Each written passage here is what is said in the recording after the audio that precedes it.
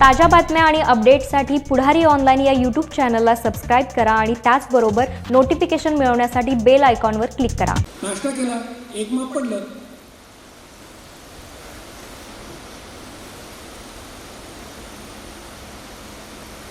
स्वयंपाक करताना भाजीत मीठ पडलंय का म्हणून चव घेतली, एक माप पडलं.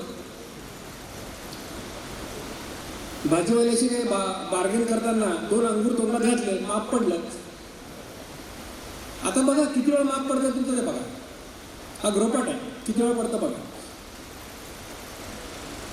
आता मधुमेह, प्रतिबंध आणि लठ्ठपणा कमी करण्याचा साधा सोपा उपाय काय ते तुम्हाला सांगतो.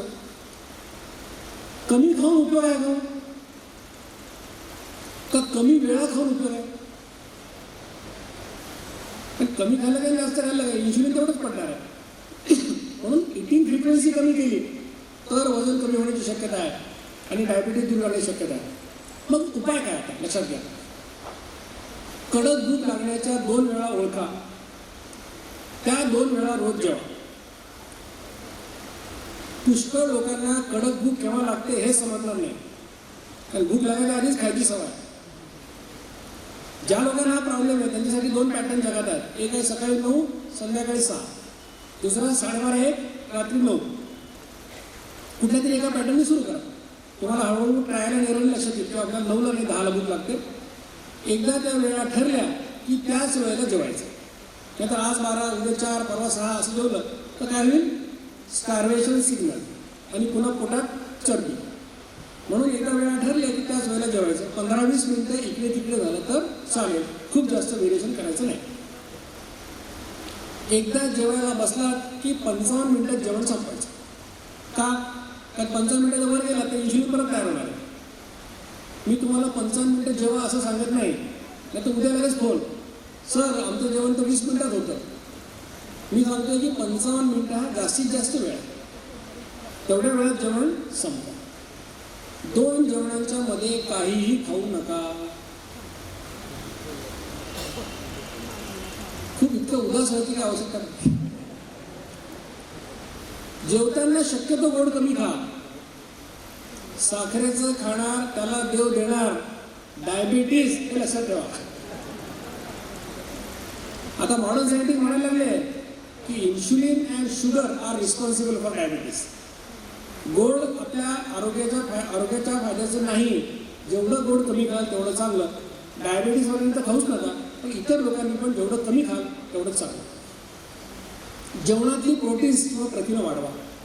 जे लोक व्हेजिटेरियन आहेत त्यांनी काय करावं, कारण आपल्या जेवणामध्ये कार्बोहायड्रेट खूप जास्त आहे. मग काय करा, तुम्ही पोळी कमी करून त्या जागी मोड आलेलं कडधान्य खा, डाळ खा, सोयाबीन खा, शेंगदाणे खा, चीज, पनीर खा. नॉनव्हेज लोकांना प्रॉब्लेम नाही, अंडी खा, चिकन, फिश सगळ्यामध्ये प्रोटीन आहे. काय काय सांगितलं मी, कडक भुकेच्या 2 वेळा ओळखा, त्या 2 वेळा जेवा. एकदा वेळ ठरली की 15 मिनिटं व्हेरिएशन चालेल, जास्त व्हेरिएशन करू नका. जेवायला बसलात की 55 मिनिटात जेवण संपवा. गोड जेवढं कमी खाल तेवढं तुमच्या आरोग्यासाठी चांगलं आहे. 2 जेवणांच्या मध्ये काही खाऊ नका आणि जेवणामधली प्रोटीन्स किंवा प्रथिनं वाढवा. हा थोडक्यात आपला डाएट प्लॅन आहे. खूप लोकांनी सुस्कारा सोडला. चला काहीतरी आहे मध्ये, काहीतरी आहे. काय घेता येईल 2 जेवणांच्या मध्ये? आधी लाल अक्षरात काय लिहिलं ते वाचा. उत्तम मार्ग म्हणजे आधीमध्ये काही खाऊ नका. पण तुम्ही आता आधी 10 वेळा खात होते, आता 2ला खायला लागले, थोडंसं तुम्हाला त्रास होईल म्हणून सपोर्ट म्हणून तुम्हाला काही पदार्थ आम्ही दिले. काय काय? पाणी. किती प्या पाणी, काही प्रॉब्लेम नाही. दुसरा पदार्थ आहे ताक. घरी बनवलेलं ताक. 2 चमचे दह्यामध्ये ग्लासभर ताक बनवायचं. 2 चमचे म्हणजे भाजीचा चमचा नाही, कोशिंबिरीचा चमचा. म्हणजे 10-15 ml दह्यामध्ये 200 ml ताक करायचं. तिसरा पदार्थ ग्रीन टी, ब्लॅक टी. तुम्हाला आवडत असेल तर, आम्ही सांगत नाही. त्यात लगेच तुमचा प्रश्न, कुठला ग्रीन टी घ्यायचा? आमची काही फ्रँचायझी नाही, आमचं काही दुकान नाही कुठलं. आवडत असेल तर घ्या. तुम्हाला दुधाचा चहा प्यायचा असेल तर 25% दूध, 75% पाणी असा पातळ चहा चालेल. कशातच साखर नाही, शुगर फ्री नाही, मध नाही, गुळ नाही. लक्षात ठेवा, कुठलाही पदार्थ टाकायचा नाही. नारळ पाणी चालेल, मलाई खाऊ नका. लगेच 30 रुपयाचं शाळा आणलं, मलाई वाया कशाला घालवायची, वाया घालवू नका, जेवताना खा, वाटीत काढून ठेवा. पण मध्ये मध्ये नाही. टोमॅटो खाऊ शकता एखादा जास्तीत जास्त. एवढे पदार्थ तुम्हाला आधेमध्ये खायला परवानगी आहे. हे पदार्थ सोडून कुठलाही पदार्थ मला विचारायचा नाही की हे चालेल का. कारण हे पदार्थ करण्यासाठी मी 18 पदार्थ खाल्ले, 54 वेळा माझं रक्त दिलं, 40,000 रुपये खर्च केले, तेव्हा हे ज्ञान मिळालं. त्यामुळे दुसरा कुठला प्रश्न विचारायचा नाही. मी तुम्हाला सांगतो कशी तपासणी करायची ते त्याप्रमाणे करायची. इन्शुलिन निर्माण झालं तर पदार्थ घ्यायचा नाही, नाही झालं घेऊ शकतो. कसं करायचं ते. कोणाला कोरफडचा रस प्यायचा आहे, कोणाला गव्हाचा काहीतरी रस प्यायचा आहे, कोणाला तुळशीचा रस प्यायचा आहे. आजकाल काही लोक व्यायामाला जातच नाहीत, रसच प्यायला जातात असं मला वाटतं. 2-4 तरी गाड्या असतात कुठे कुठे रसाच्या. ज्या पदार्थाचं तुम्हाला टेस्टिंग करायचं आहे की याने इन्शुलिन तयार होतं की नाही, काय करायचं, तो पदार्थ घेऊन पॅथॉलॉजी लॅबमध्ये जा डॉक्टरांकडे. मग गेलं की पहिलं रक्त द्या तुमचं. समजा तुम्ही कोरफडचा रस द्या, रक्त दिलं, मग कोरफडचा रस पिऊन टाका. समजा पहिलं ब्लड तुम्ही दिलं 8 वाजता, दुसरं ब्लड द्या 8 वाजून 10 मिनिटांनी, तिसरं द्या 9 वाजता. 3 ब्लड दिले. आता समजा इन्शुलिन पूर्वी 12 होतं, मग 11 झालं आणि मग 9 झालं. याचा अर्थ काय की इन्शुलिन निर्माण झालं नाही, मग तुम्ही कोरफड रस पिऊ शकता. आणि समजा उलटं झालं, आधी 11 होतं, मग 10 मिनिटांनी 12 झालं आणि मग 16 झालं, किंवा 11 होतं 12 झालं आणि पुन्हा 10 झालं. या दोन्ही परिस्थितीमध्ये तुम्हाला तो पदार्थ खाता येणार नाही, कारण इन्शुलिनची निर्मिती झालेली आहे. हे तुम्हाला यासाठी सांगितलं की तुम्ही मला प्रश्न विचारू नका की मध्ये मध्ये अजून हे खाल्लं चालेल का ते खाल्लं चालेल. त्याचा प्रयोग कसा करा तुम्हाला सांगितलं, त्याप्रमाणे करायचं. आता उद्यापासून तुम्हाला वाटलं आता निश्चिताने सांगितलं उद्यापासून डाएट प्लॅन चालू करू. काय काय अडचणी येतात, सगळ्यात गंभीर अडचण जगातली आहे, सकाळचा साखरेचा चहा कसा सोडू. नवरा बायको सोडायला तयार आहे, बायको नवऱ्याला सोडायला तयार आहे, पण साखरेचा चहा सोडायला लोक तयार नाहीत, अशी परिस्थिती आहे. पण तुम्हाला एक गोष्ट सांगतो, फक्त 8च दिवस तुम्ही जर बीज साखरेचा चहा पिला तर 9व्या दिवशी तुम्हाला साखरेचा चहा आवडणार नाही. हा अनुभव आमच्या अभियानातल्या अनेक लोकांचा आहे. त्यामुळे 8 दिवस फक्त कळ काढा, हा प्रश्न तुमचा सुटून जाईल. चक्कर येईल का. आम्ही तर दिवसभर स्वयंपाकघरात असतो, इतकं काम करतो आणि मी तर दिवसभर शिकवत असतो, मग चक्कर येईल का. एक लक्षात ठेवा, 65 किलो तुमचं जर वजन असेल तर तुमच्या शरीरामध्ये 13 किलो चरबी आहे, म्हणजे 1,20,000 कॅलरीज आहेत. म्हणजे काय, 60 दिवस तुम्ही काही न खाता नुसतं पाणी पिलं तरी तुम्ही मरणार नाही, असं डॉक्टर म्हणून मी बॉन्ड पेपरवर लिहून द्यायला तयार. त्यामुळे काही चक्कर येत नाही, काय होत नाही, हे सायकोलॉजिकल आहे. फक्त भरपूर पाणी प्या, काही प्रॉब्लेम नाही. सगळे तज्ज्ञ ब्रेकफास्ट करायला सांगतात. आमचे काही लगेच मित्र सांगते की म्हण नाही का आपली, ब्रेकफास्ट लेके किंग, लंच लेके क्वीन आणि डिनर लेके बेगर. मी म्हटलं अरे बाबा ती म्हणत इंग्लिश आहे, आपली कशी काय असेल. संस्कृत भाषेमध्ये ब्रेकफास्टला पर्यायी शब्द नाही. आपल्या संस्कृतीमध्ये 2 वेळा जेवणे हीच नॉर्मल गोष्ट होती. ब्रेकफास्टची कल्पना आपल्याकडे नव्हती. त्यामुळे जे काही तज्ज्ञ सांगतात, तुम्हाला अनुभव काय येतो ते बघा, तुम्हाला फायदा होईल. तेव्हा तुम्ही हा ब्रेकफास्टचा विचार करू नका. कारण आम्ही तुम्हाला ब्रेकफास्ट करा नका करू सांगत नाही आहे. आम्ही तुम्हाला सांगते की कडक भूक लागते तर 2 वेळा जेवा. ती तुमची वेळ सकाळी 8ची असेल त्याला ब्रेकफास्ट म्हणून जेवा, दुपारी 12ची असेल तर लंच म्हणून जेवा, हरकत नाही. तुम्ही त्याला नाव काही द्या. आमच्या दृष्टीने पहिलं जेवण आणि दुसरं जेवण. कधी जेवायचं याला बंधन नाही आहे, भूक लागते तेव्हा जेवायचं, लक्षात घ्या. माझे स्नायू झडतील का.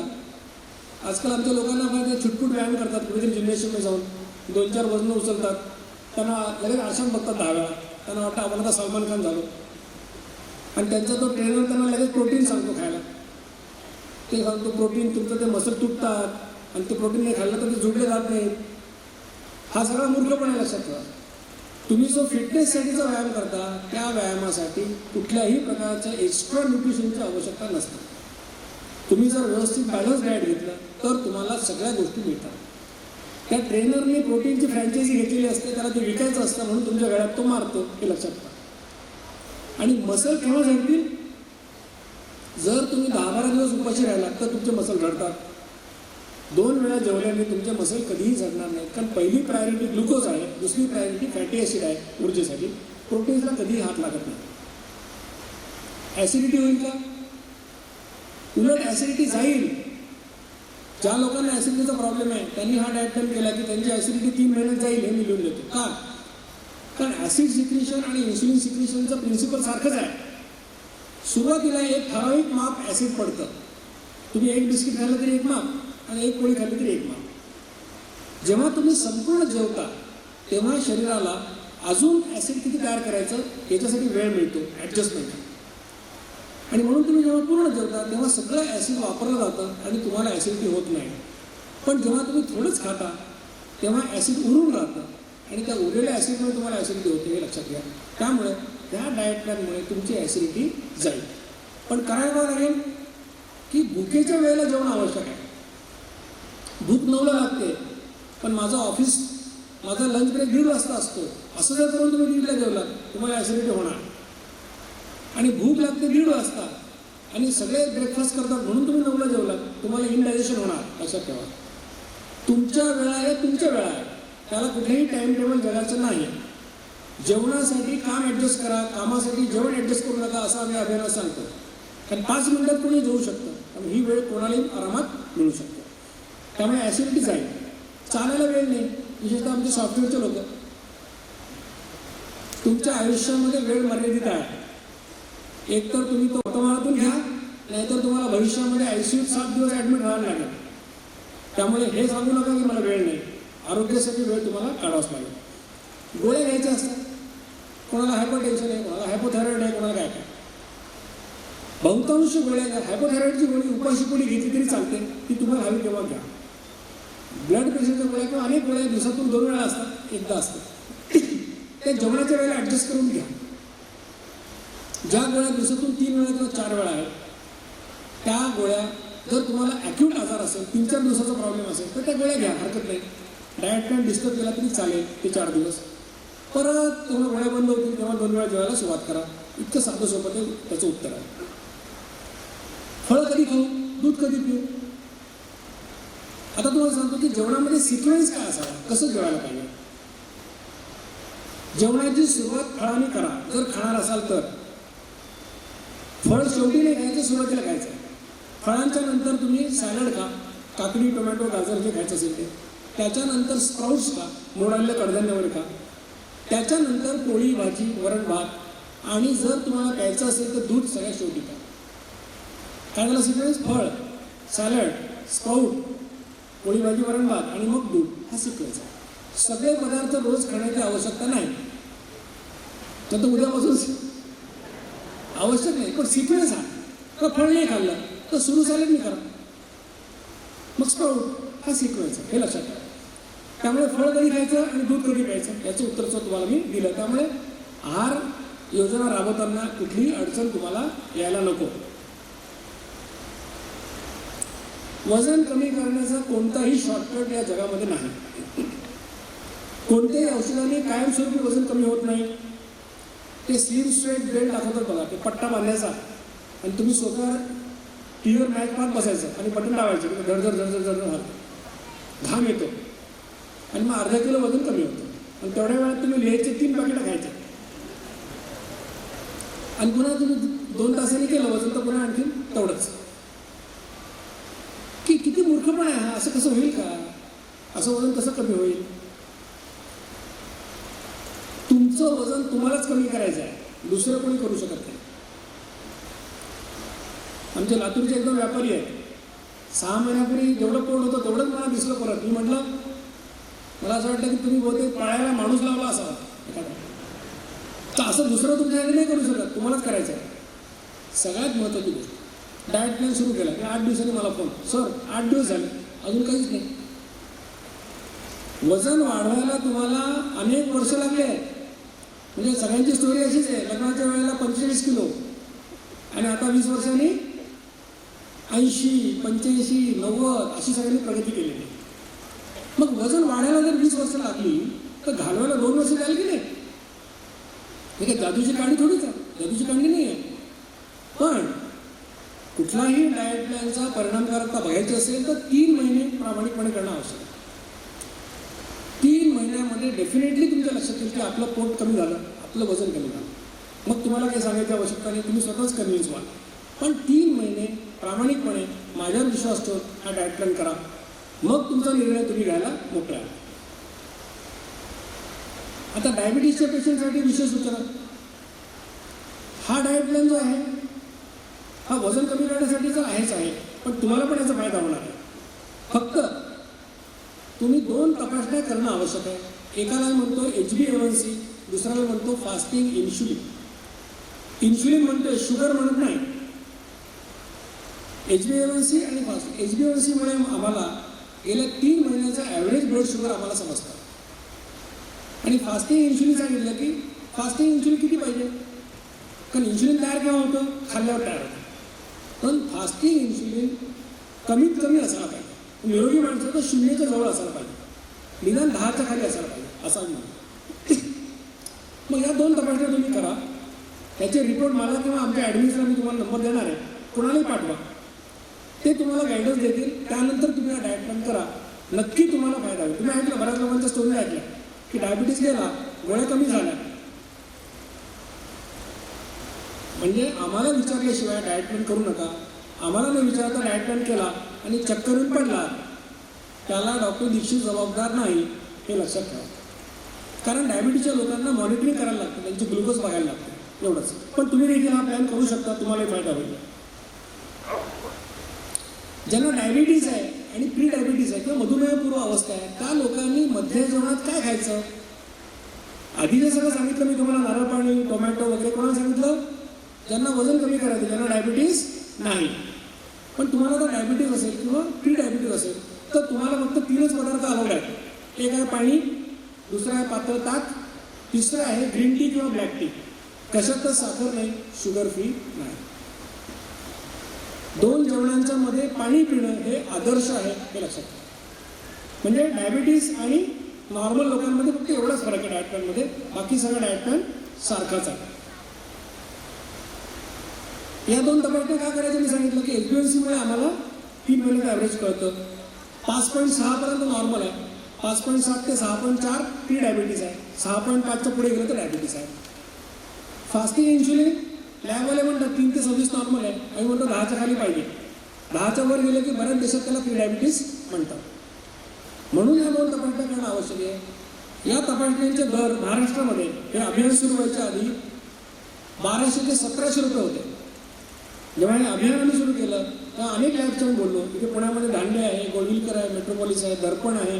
आता गोडबोले डॉक्टरांचा पण एक काल तशा प्रकारचा मेसेज आला होता, रिक्वेस्ट.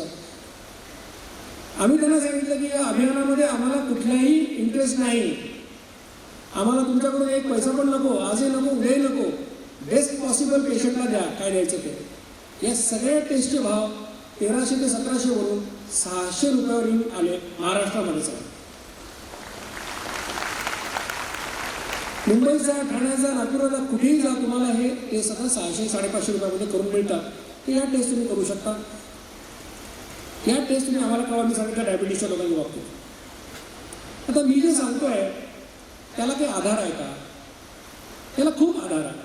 आयुर्वेदाने सांगितलं 2 काल भुंजती, म्हणजे दिवसात 2 वेळा जेवावे.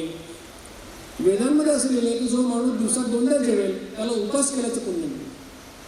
आपण सगळ्या गोष्टी पुण्यासाठीच करतो. पुण्य मिळवण्याचा एवढा सोपा मार्ग मला तरी माहीत नाही की 2 वेळा जेवायचं. जैन धर्मामध्ये व्यासनाची कल्पना आहे, बे आसन, म्हणजे 2 वेळा बसायचं आणि 2 वेळा जेवायचं. जैन मुलींनी मला सांगितलं, सर आमच्याकडे तर 48 मिनिटात जेवण संपवायला सांगितलं. आम्ही म्हटलं आम्ही 7 मिनिटाचा ग्रेस पिरियड दिलेला आहे. एक पुस्तक मी वाचलं, hygienic system, orthotrophy by Herbert Shelton. तो काय म्हणतो, the ancient Greeks, the finest of people physically and mentally that ever lived ate but only 2 meals. तो म्हणतो हे ग्रीक लोक एवढे सौष्ठवपूर्ण का होते? त्याचं एकच कारण म्हणजे ते 2दाच जेवायचे. आता म्हणून मी सहज गंमत म्हणून गुगलवर सगळ्या देवदेवतांचे इमेज पाहिल्या तर राम काय, कृष्ण काय, महावीर काय, बुद्ध काय, रोमन देव काय, ग्रीक देव काय, एकाही देवाला ढेरी असल्याचं माझ्या लक्षात आलं नाही. सगळ्यांचे फ्लॅट आहेत एकदम. काही लोकांना सिक्स पॅक सुद्धा आहे आणि एक कोपऱ्यात दाखवला तो राक्षस आहे, त्याला ढेरी आहे मात्र. त्यामुळे आपल्या समाजामध्ये ढेरी असण्याला कधीही प्रतिष्ठा नव्हती. तुम्ही आता म्हणाल आम्ही 21व्या शतकातले लोक आहोत, तुम्ही काय आम्हाला जुनं सांगायला लागले पुराणातले. तर तुमच्याकरता डॉक्टर मॅटसन नावाच्या सायंटिस्टचा एक रिसर्च पेपर आणला, mean frequency and timing in health and disease. म्हणजे किती वेळा खायचं आणि केव्हा खायचं याचा आरोग्यावर काय परिणाम होतो. सगळं वाचत नाही, महत्त्वाची गोष्ट वाचतो. डॉक्टर मॅटसन असं म्हणतो, the most common eating pattern in modern societies 3 meals plus snacks every day is abnormal from an evolutionary perspective. काय म्हणतो मॅटसन? जगामध्ये सध्या प्रचलित असलेला 3दा जेवणे आणि एकदा नाश्ता करणे हा जो प्रकार आहे हा उत्क्रांतीच्या दृष्टीने बघितलं तर अनैसर्गिक आहे. कारण इतकं खाण्यासाठी माणसं जीव आपला त्यासाठी निर्माण झालेला नाही, जेनेटिकली बघितलं तर, असं मॅटसन म्हणतं. मग आता मॅटसन तेच सांगतो, डॉक्टर दीक्षित तेच सांगतात, डॉक्टर जिचकार तेच सांगतात, जैन धर्म तेच सांगतो, वेदांमध्ये तेच लिहिलेलं आहे, आयुर्वेदात तेच लिहिलेलं आहे, आपल्या संतांनी पण सांगून ठेवलं. एकदा जेवतो तो योगी, 2दा जेवतो तो भोगी आणि 3दा जेवतो तो, तुम्हाला सगळंच माहिती, तुम्हीच व्याख्यान घेतल्यावर 3दा जेवतो तो रोगी असं सांगितलेलं आहे. आपण फक्त विसरलो, हे लक्षात घ्या. त्यामुळे कमी वेळात जेवणं हे तुमच्या आरोग्यासाठी अतिशय फायद्याचं आहे, लक्षात घ्या. लाईफस्टाईल, आता डायबिटीजची थोडंसं, प्री डायबिटीजचं रूपांतर डायबिटीजमध्ये जेव्हा होतं त्याचा एक अभ्यास झाला, जागतिक आरोग्य संघटनेच्या मार्गदर्शनाखाली झाला आणि काय निष्पन्न झालं, 3234 लोकांचा अभ्यास केला. एका गटाला लाईफस्टाईल मॉडिफिकेशन दिलं, म्हणजे काय, व्यायाम करायचा आणि जेवणामध्ये नियंत्रण, आणि दुसऱ्या ग्रुपला काय दिलं, मेटफॉर्मिन, म्हणजे मग ते ग्लिसिफेज ग्लुकोनाम औषध असतं ते दिलं. काय रिझल्ट आला, ज्या लोकांनी लाईफस्टाईल मॉडिफाय केलं त्यांच्यामध्ये डायबिटीज होण्याची शक्यता 60% कमी झाली आणि ज्यांनी गोळ्या घेतल्या मेटफॉर्मिन त्यांच्यामध्ये 48% कमी झाली. म्हणजे इफेक्टिव्ह काय असते, जीवनशैली बदल हा जास्त प्रभावी आहे, परिणामकारक आहे असं जागतिक संशोधन सांगतं. दुर्दैवाने तुमचे डॉक्टर तुम्हाला जीवनशैली बदलासाठी पुरेशी मदत न करता, सपोर्ट न करता तुमच्यावर गोळ्यांचा भडीमार करतात. ही दुर्दैवाची गोष्ट आज आहे. भूक मानसिक असते, लक्षात घ्या.